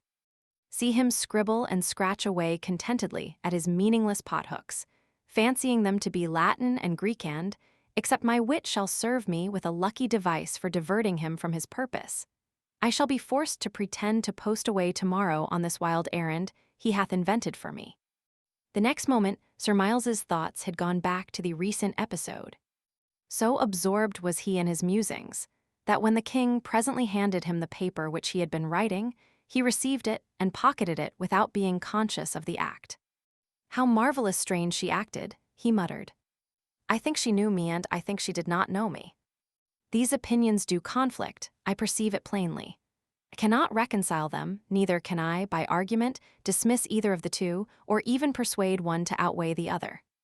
The matter standeth simply thus. She must have known my face, my figure, my voice, for how could it be otherwise? Yet she said she knew me not, and that is proof perfect, for she cannot lie. But stop, I think I begin to see. Peradventure he hath influenced her, commanded her, compelled her to lie. That is the solution. The riddle is unriddled. She seemed dead with fear, yes, she was under his compulsion. I will seek her, I will find her. Now that he is away, she will speak her true mind. She will remember the old times when we were little playfellows together, and this will soften her heart, and she will no more betray me, but will confess me. There is no treacherous blood in her, no, she was always honest and true. She has loved me, in those old days this is my security, for whom one has loved, one cannot betray." He stepped eagerly toward the door. At that moment it opened, and the Lady Edith entered. She was very pale, but she walked with a firm step, and her carriage was full of grace and gentle dignity. Her face was as sad as before. Miles sprang forward with a happy confidence to meet her, but she checked him with a hardly perceptible gesture, and he stopped where he was. She seated herself and asked him to do likewise. Thus simply did she take the sense of old comradeship out of him, and transform him into a stranger and a guest. The surprise of it, the bewildering unexpectedness of it, made him begin to question, for a moment, if he was the person he was pretending to be, after all. The Lady Edith said, "Sir, I have come to warn you. The mad cannot be persuaded out of their delusions, perchance, but doubtless they may be persuaded to avoid perils. I think this dream of yours hath the seeming of honest truth to you, and therefore is not criminal, but do not tarry here with it, for here it is dangerous." She looked steadily into Miles's face a moment, then added, impressively, "It is the more dangerous for that you are much like what our lost lad must have grown to be if he had lived. Heavens, madam, but I am he. I truly think you think it, sir. I question not your honesty in that, I but warn you, that is all. My husband is master in this region. His power hath hardly any limit. The people prosper or starve as he wills. If you resembled not the man whom you profess to be, my husband might bid you pleasure yourself with your dream in peace. But trust me, I know him well. I know what he will do. He will say to all that you are but a mad impostor, and straightway all will echo him." She bent upon Miles that same steady look once more, and added, "If you were Miles Hendon, and he knew it and all the region knew it, consider what I am saying, Weigh it well, you would stand in the same peril, your punishment would be no less sure. He would deny you and denounce you, and none would be bold enough to give you countenance. Most truly I believe it, said Miles bitterly. The power that can command one lifelong friend to betray and disown another, and be obeyed, may well look to be obeyed in quarters where bread and life are on the stake, and no cobweb ties of loyalty and honor are concerned. A faint tinge appeared for a moment in the lady's cheek, and she dropped her eyes to the floor, but her voice betrayed no emotion when she proceeded. I have warned you, I must still warn you to go hence. This man will destroy you else. He is a tyrant who knows no pity. I who am his fettered slave know this. Poor Miles and Arthur and my dear guardian, Sir Richard, are free of him and at rest. Better that you were with them than that you bide here in the clutches of this miscreant. Your pretensions are a menace to his title and possessions. You have assaulted him in his own house. You are ruined if you stay. Go, do not hesitate. If you lack money, take this purse, I beg of you, and bribe the servants to let you pass. Oh, be warned, poor soul, and escape while you may. Miles declined the purse with a gesture, and rose up and stood before her. Grant me one thing, he said. Let your eyes rest upon mine, so that I may see if they be steady. There, now answer me. Am I Miles Hendon? No. I know you not. Swear it. The answer was low, but distinct. I swear. Oh, this passes belief. Fly. Why will you waste the precious time? Fly and save yourself. At that moment, the officers burst into the room, and a violent struggle began. But Hendon was soon overpowered and dragged away. The king was taken also, and both were bound and led to prison. Chapter 27. In prison. The cells were all crowded, so the two friends were chained in a large room where persons charged with trifling offenses were commonly kept. They had company, for there were some 20 manacled and fettered prisoners here, of both sexes and of varying ages, an obscene and noisy gang. The king chafed bitterly over the stupendous indignity thus put upon his royalty, but Hendon was moody and taciturn. He was pretty thoroughly bewildered. He had come home, a jubilant prodigal, expecting to find everybody wild with joy over his return, and instead had got the cold shoulder and a jail. The promise and the fulfillment differed so widely that the effect was stunning. He could not decide whether it was most tragic or most grotesque. He felt much as a man might who had danced blithely out to enjoy a rainbow and got struck by lightning. But gradually, his confused and tormenting thoughts settled down into some sort of order, and then his mind centered itself upon Edith. He turned her conduct over and examined it in all lights, but he could not make anything satisfactory out of it. Did she know him or didn't she know him? It was a perplexing puzzle and occupied him a long time, but he ended, finally, with the conviction that she did know him and had repudiated him for interested reasons. He wanted to load her name with curses now, but this name had so long been sacred to him that he found he could not bring his tongue to profane it. Wrapped in prison blankets of a soiled and tattered condition, Hendon and the king passed a troubled night. For a bribe, the jailer had furnished liquor to some of the prisoners. Singing of ribald songs, fighting, shouting, and carousing was the natural consequence. At last, a while after midnight, a man attacked a woman and nearly killed her by beating her over the head with his manacles before the jailer could come to the rescue. The jailer restored peace by giving the man a sound clubbing about the head and shoulders. Then the carousing ceased. And after that, all had an opportunity to sleep who did not mind the annoyance of the moanings and groanings of the two wounded people. During the ensuing week, the days and nights were of a monotonous sameness as to events. Men whose faces Hendon remembered more or less distinctly came, by day, to gaze at the impostor and repudiate and insult him. And by night the carousing and brawling went on with symmetrical regularity. However, there was a change of incident at last. The jailer brought in an old man and said to him, "The villain is in this room, cast thy old eyes about, and see if thou canst say which is he."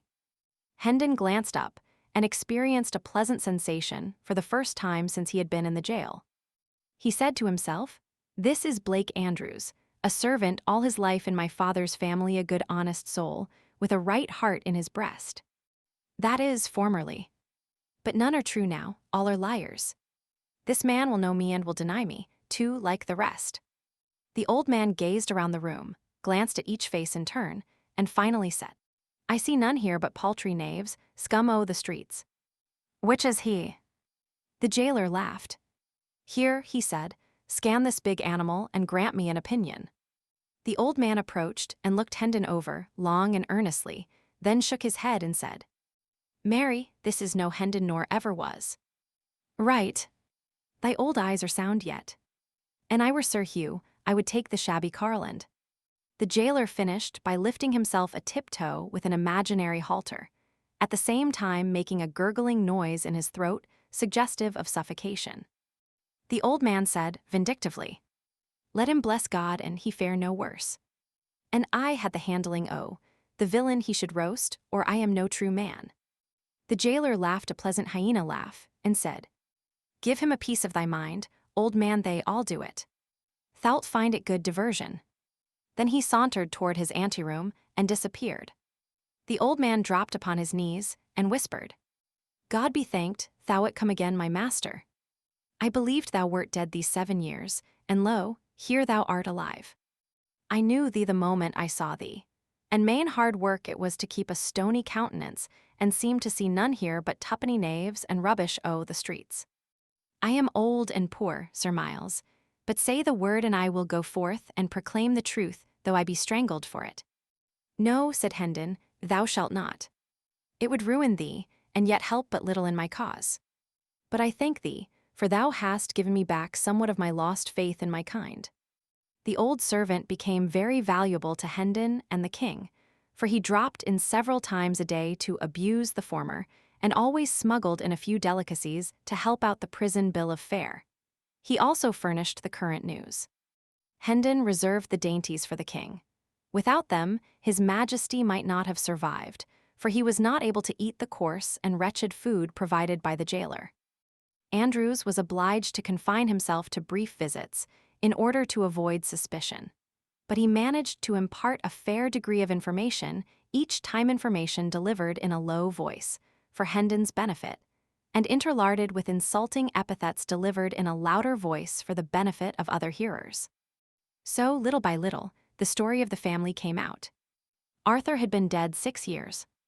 This loss, with the absence of news from Hendon, impaired the father's health. He believed he was going to die, and he wished to see Hugh and Edith settled in life before he passed away. But Edith begged hard for delay, hoping for Miles's return. Then the letter came which brought the news of Miles's death. The shock prostrated Sir Richard. He believed his end was very near, and he and Hugh insisted upon the marriage. Edith begged for and obtained a month's respite, then another, and finally a third. The marriage then took place by the deathbed of Sir Richard. It had not proved a happy one. It was whispered about the country that shortly after the nuptials, the bride found among her husband's papers several rough and incomplete drafts of the fatal letter, and had accused him of precipitating the marriage and Sir Richard's death, too by a wicked forgery. Tales of cruelty to the Lady Edith and the servants were to be heard on all hands, and since the father's death, Sir Hugh had thrown off all soft disguises and become a pitiless master toward all who in any way depended upon him and his domains for bread. There was a bit of Andrew's gossip, which the king listened to with a lively interest. There is rumor that the king is mad. But in charity forbear to say I mentioned it, for 'tis death to speak of it, they say. His Majesty glared at the old man and said, The king is not mad. Good man, and thou'lt find it to thy advantage to busy thyself with matters that nearer concern thee than this seditious prattle. What doth the lad mean? Said Andrews, surprised at this brisk assault from such an unexpected quarter. Hendon gave him a sign, and he did not pursue his question, but went on with his budget. The late king is to be buried at Windsor in a day or to the 16th of the month end. The new king will be crowned at Westminster the 20th. Methinks they must needs find him first, muttered his Majesty, then added, confidently, but they will look to that end, so also shall I. In the name of... But the old man got no further a warning sign from Hendon, checked his remark. He resumed the thread of his gossip. Sir Hugh goeth to the coronation end with grand hopes. He confidently looketh to come back appear, for he is high in favor with the Lord Protector." "What Lord Protector?" asked his Majesty. "His Grace the Duke of Somerset." "What Duke of Somerset?" "Marry, there is but one Seymour, Earl of Hertford." The king asked sharply, "Since when is he a duke and Lord Protector?" "Since the last day of January." "And prithee who made him so?" "Himself, and the great council with help of the king." His Majesty started violently. "The king," he cried. "What king, good sir?" "What king indeed?" "God a mercy, what aileth the boy?" "Sith we have but one, 'tis not difficult to answer his most sacred Majesty King Edward the Sixth, whom God preserve. Yea, and a dear and gracious little urchin is he, too, and whether he be mad or knowen, they say he mendeth daily, his praises are on all men's lips, and all bless him, likewise, and offer prayers that he may be spared to reign long in England. For he began humanely with saving the old Duke of Norfolk's life, and now is he bent on destroying the cruelest of the laws that harry and oppress the people." This news struck his Majesty dumb with amazement, and plunged him into so deep and dismal a reverie that he heard no more of the old man's gossip. He wondered if the little urchin was the beggar boy whom he left dressed in his own garments in the palace. It did not seem possible that this could be, for surely his manners and speech would betray him if he pretended to be the Prince of Wales. Then he would be driven out, and search made for the true prince.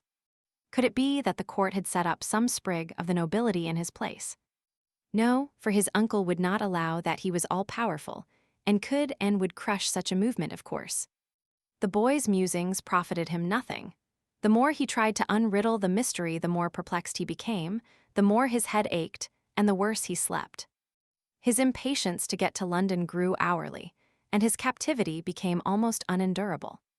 Hendon's arts all failed with the king. He could not be comforted, but a couple of women who were chained near him succeeded better. Under their gentle ministrations, he found peace and learned a degree of patience. He was very grateful, and came to love them dearly and to delight in the sweet and soothing influence of their presence. He asked them why they were in prison, and when they said they were Baptists, he smiled and inquired, "Is that a crime to be shut up for in a prison? Now I grieve, for I shall lose ye. They will not keep ye long for such a little thing." They did not answer, and something in their faces made him uneasy. He said eagerly, "You do not speak. Be good to me, and tell me there will be no other punishment. Prithee tell me there is no fear of that." They tried to change the topic, but his fears were aroused, and he pursued it. "Will they scourge thee?" "No, no, they would not be so cruel." "Say they would not." "Come, they will not, will they?" The women betrayed confusion and distress, but there was no avoiding an answer, so one of them said, in a voice choked with emotion, "Oh, thou'lt break our hearts, thou gentle spirit. God will help us to bear our—" "It is a confession," the king broke in. "Then they will scourge thee, the stony-hearted wretches." "But oh, thou must not weep, I cannot bear it. Keep up thy courage, I shall come to my own in time to save thee from this bitter thing, and I will do it." When the king awoke in the morning, the women were gone. "They are saved," he said joyfully, then added despondently, "but woe is me, for they were my comforters."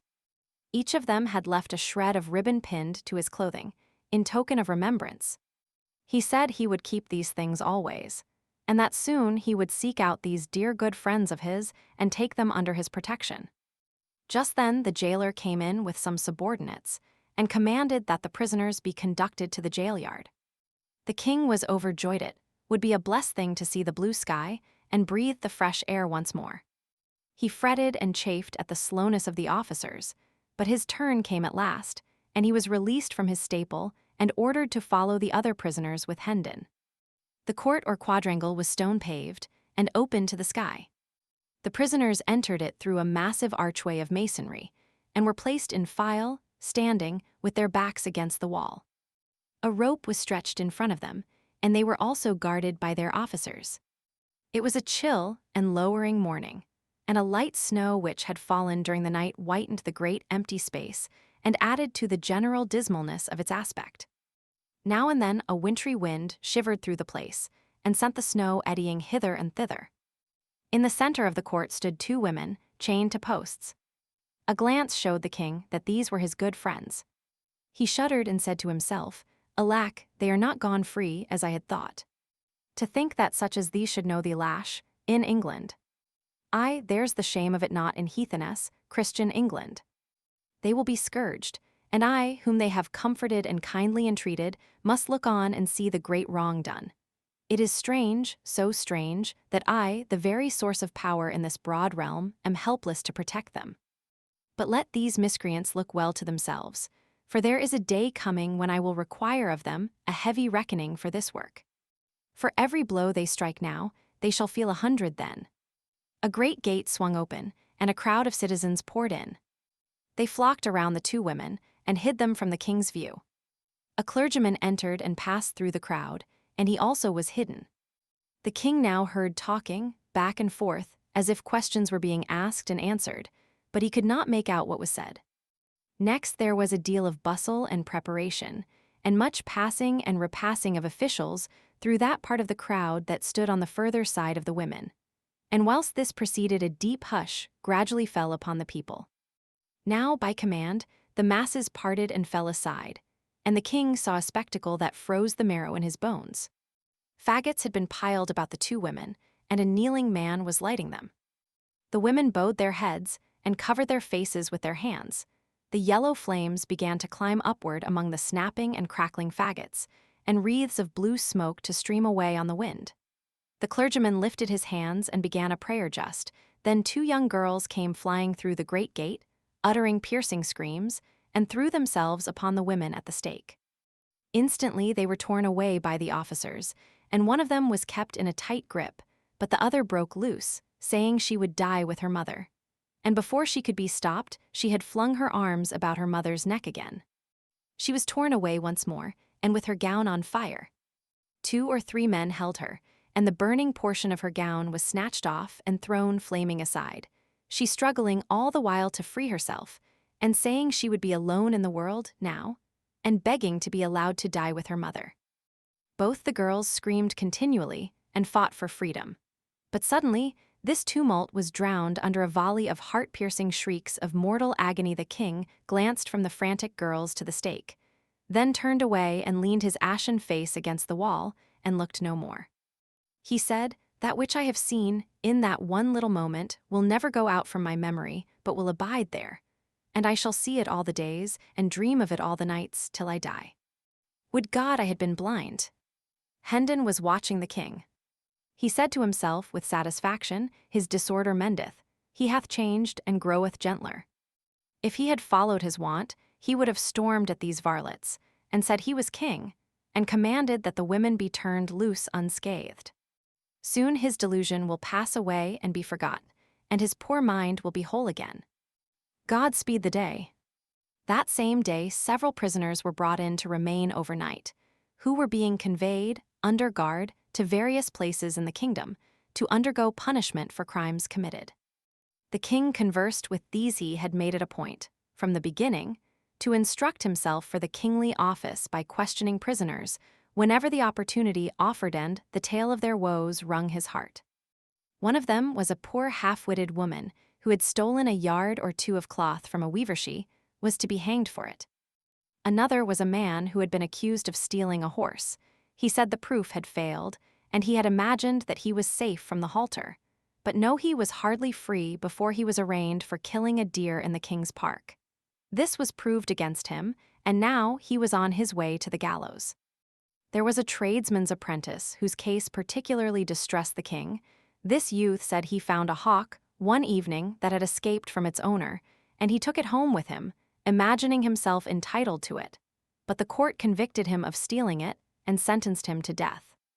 The king was furious over these inhumanities, and wanted Hendon to break jail and fly with him to Westminster, so that he could mount his throne and hold out his scepter in mercy over these unfortunate people and save their lives. "Poor child," sighed Hendon, "these woeful tales have brought his malady upon him again. Alack, but for this evil hap, he would have been well in a little time." Among these prisoners was an old lawyer, a man with a strong face and a dauntless mien. 3 years past, he had written a pamphlet against the Lord Chancellor, accusing him of injustice, and had been punished for it by the loss of his ears in the pillory and degradation from the bar, and in addition had been fined £3,000 and sentenced to imprisonment for life. Lately he had repeated his offense, and in consequence was now under sentence to lose what remained of his ears, pay a fine of £5,000, be branded on both cheeks, and remain in prison for life. "These be honorable scars," he said, and turned back his gray hair and showed the mutilated stubs of what had once been his ears. The king's eye burned with passion. He said, "None believe in me, neither wilt thou. But no matter within the compass of a month thou shalt be free. And more, the laws that have dishonored thee and shamed the English name shall be swept from the statute books. The world is made wrong, kings should go to school to their own laws at times, and so learn mercy." 1. Chapter 28. The Sacrifice. Meantime Miles was growing sufficiently tired of confinement and inaction. But now his trial came on, to his great gratification, and he thought he could welcome any sentence provided a further imprisonment should not be a part of it. But he was mistaken about that. He was in a fine fury when he found himself described as a sturdy vagabond, and sentenced to sit 2 hours in the stocks for bearing that character and for assaulting the master of Hendon Hall. His pretensions as to brothership with his prosecutor and rightful heirship to the Hendon honors and estates were left contemptuously unnoticed, as being not even worth examination. He raged and threatened on his way to punishment, but it did no good. He was snatched roughly along by the officers and got an occasional cuff, besides, for his irreverent conduct. The king could not pierce through the rabble that swarmed behind, so he was obliged to follow in the rear, remote from his good friend and servant. The king had been nearly condemned to the stocks himself for being in such bad company, but had been let off with a lecture and a warning, in consideration of his youth. When the crowd at last halted, he flitted feverishly from point to point around its outer rim, hunting a place to get through, and at last, after a deal of difficulty and delay, succeeded. There sat his poor henchman in the degrading stocks, the sport and butt of a dirty mobby, the body servant of the King of England. Edward had heard the sentence pronounced, but he had not realized the half that it meant. His anger began to rise as the sense of this new indignity which had been put upon him sank home. It jumped to summer heat, the next moment, when he saw an egg sail through the air and crush itself against Hendon's cheek, and heard the crowd roar its enjoyment of the episode. He sprang across the open circle and confronted the officer in charge, crying, "For shame! This is my servant, set him free." "I am the—" "Oh, peace," exclaimed Hendon in a panic, "thou'lt destroy thyself." "Mind him not, officer, he is mad." "Give thyself no trouble as to the matter of minding him, good man, I have small mind to mind him, but as to teaching him somewhat, to that I am well inclined." He turned to a subordinate and said, "Give the little fool a taste or two of the lash to mend his manners." "Half a dozen will better serve his turn," suggested Sir Hugh, who had ridden up, a moment before, to take a passing glance at the proceedings. The king was seized. He did not even struggle, so paralyzed was he with the mere thought of the monstrous outrage that was proposed to be inflicted upon his sacred person. History was already defiled with the record of the scourging of an English king with Whipsit, was an intolerable reflection that he must furnish a duplicate of that shameful page. He was in the toils, there was no help for him. He must either take this punishment or beg for its remission. Hard conditions, he would take the stripes, a king might do that, but a king could not beg. But meantime, Miles Hendon was resolving the difficulty. "Let the child go," said he. "Ye heartless dogs, do ye not see how young and frail he is? Let him go, I will take his lashes." "Marry, a good thought, and thanks for it," said Sir Hugh, his face lighting with a sardonic satisfaction. "Let the little beggar go, and give this fellow a dozen in his place, an honest dozen, well laid on."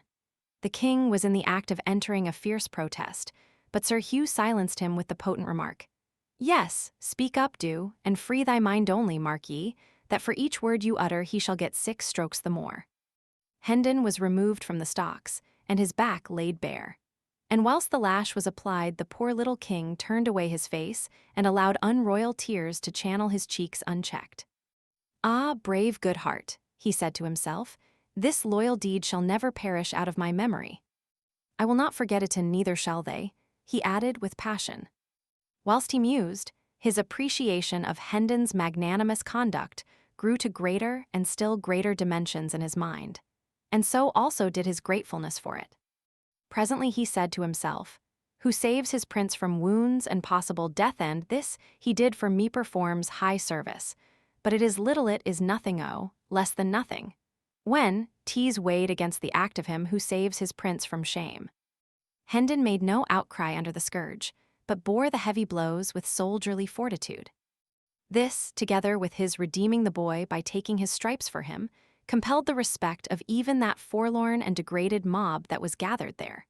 And its jibes and hootings died away, and no sound remained but the sound of the falling blows.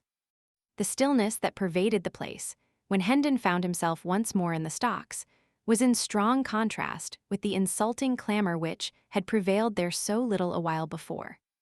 The king came softly to Hendon's side, and whispered in his ear, "Kings cannot ennoble thee, thou good, great soul, for one who is higher than kings hath done that for thee, but a king can confirm thy nobility to men." He picked up the scourge from the ground, touched Hendon's bleeding shoulders lightly with it, and whispered, "Edward of England dubs the Earl." Hendon was touched. The water welled to his eyes, yet at the same time the grisly humor of the situation and circumstances so undermined his gravity that it was all he could do to keep some sign of his inward mirth from showing outside. To be suddenly hoisted, naked and gory, from the common stocks to the alpine altitude and splendor of an earldom seemed to him the last possibility in the line of the grotesque. He said to himself, "Now am I finely tinselled indeed. The spectre night of the kingdom of dreams and shadows is become a spectreurla dizzy flight for a callow wing. And this go on, I shall presently be hung like a very maypole with fantastic gods and make-believe honors. But I shall value them, all valueless as they are, for the love that doth bestow them. Better these poor mock dignities of mine, that come unasked, from a clean hand and a right spirit, than real ones bought by servility from grudging and interested power."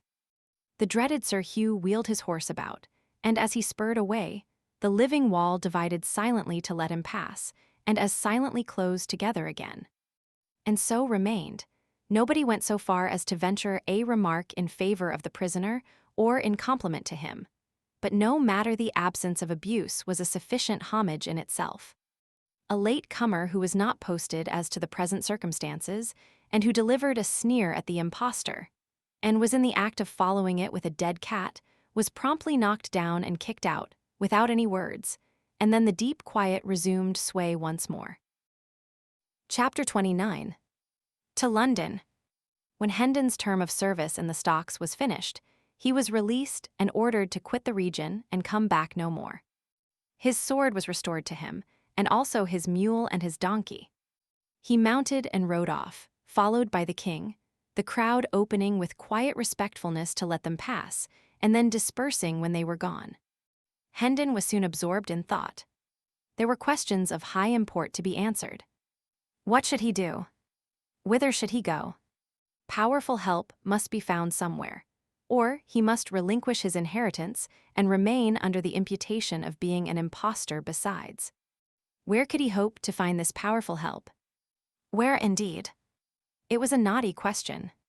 By and by a thought occurred to him which pointed to a possibility, the slenderest of slender possibilities, certainly, but still worth considering, for lack of any other that promised anything at all.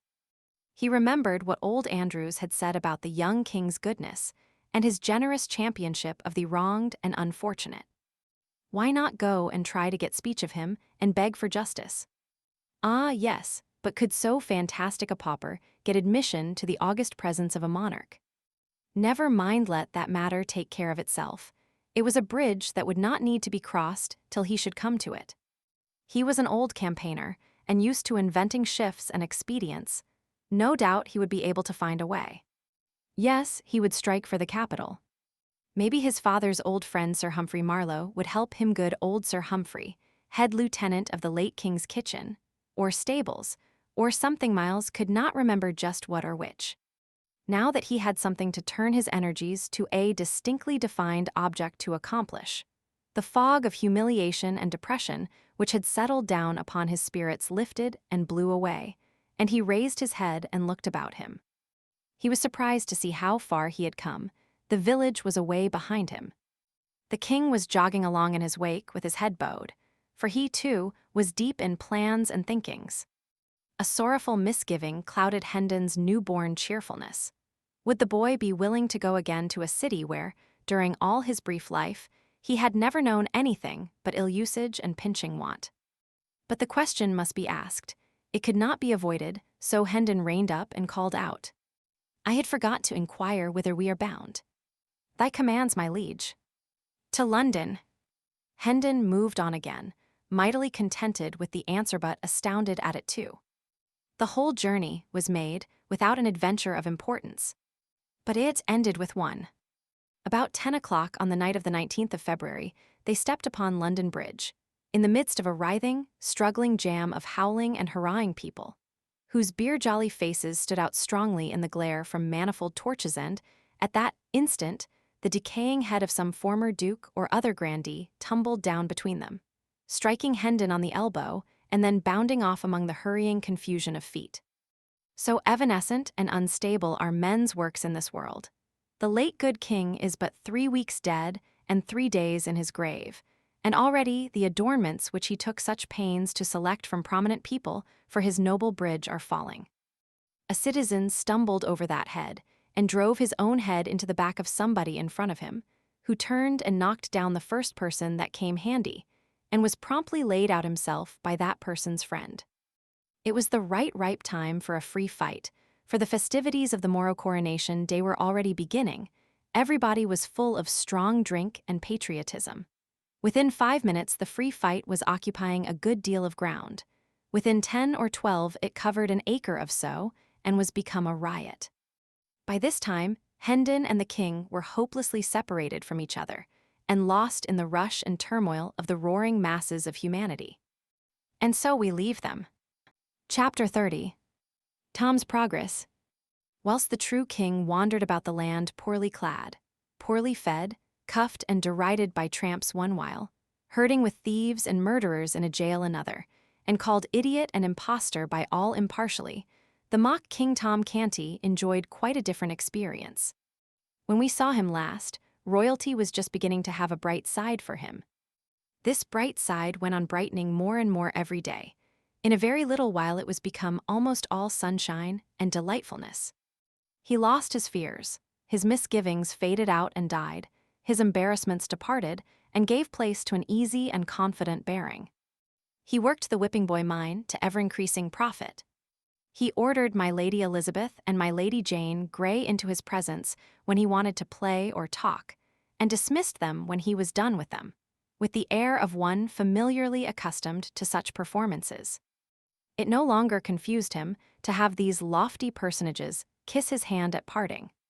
He came to enjoy being conducted to bed in state at night, and dressed with intricate and solemn ceremony in the morning. It came to be a proud pleasure to march to dinner, attended by a glittering procession of officers of state and gentlemen-at-arms, insomuch, indeed, that he doubled his guard of gentlemen-at-arms and made them 100. He liked to hear the bugles sounding down the long corridors, and the distant voices responding, "Way for the king." He even learned to enjoy sitting in throned state in council, and seeming to be something more than the Lord Protector's mouthpiece. He liked to receive great ambassadors and their gorgeous trains, and listen to the affectionate messages they brought from illustrious monarchs who called him brother. Oh, happy Tom Canty, late of awful court! He enjoyed his splendid clothes and ordered more. He found his 400 servants too few for his proper grandeur and trebled them. The adulation of saloming courtiers came to be sweet music to his ears. He remained kind and gentle, and a sturdy and determined champion of all that were oppressed, and he made tireless war upon unjust laws. Yet upon occasion, being offended, he could turn upon an earl or even a duke and give him a look that would make him tremble. Once, when his royal sister, the grimly holy Lady Mary, set herself to reason with him against the wisdom of his course in pardoning so many people who would otherwise be jailed or hanged, or burned, and reminded him that their august late father's prisons had sometimes contained as high as 60,000 convicts at one time, and that during his admirable reign, he had delivered 72,000 thieves and robbers over to death by the executioner. 9. The boy was filled with generous indignation, and commanded her to go to her closet and beseech God to take away the stone that was in her breast and give her a human heart. Did Tom Canty never feel troubled about the poor little rightful prince who had treated him so kindly, and flown out with such hot zeal to avenge him upon the insolent sentinel at the palace gate? Yes, his first royal days and nights were pretty well sprinkled with painful thoughts about the lost prince, and with sincere longings for his return and happy restoration to his native rights and splendors.